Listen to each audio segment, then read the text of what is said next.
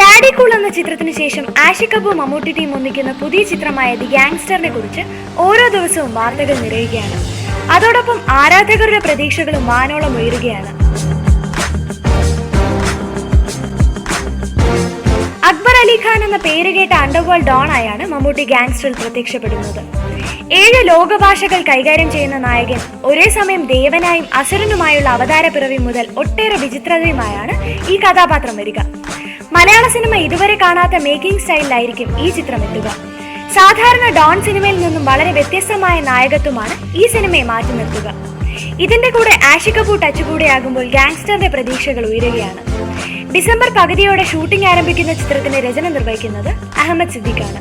Picture अभी भी बाकी है भाई.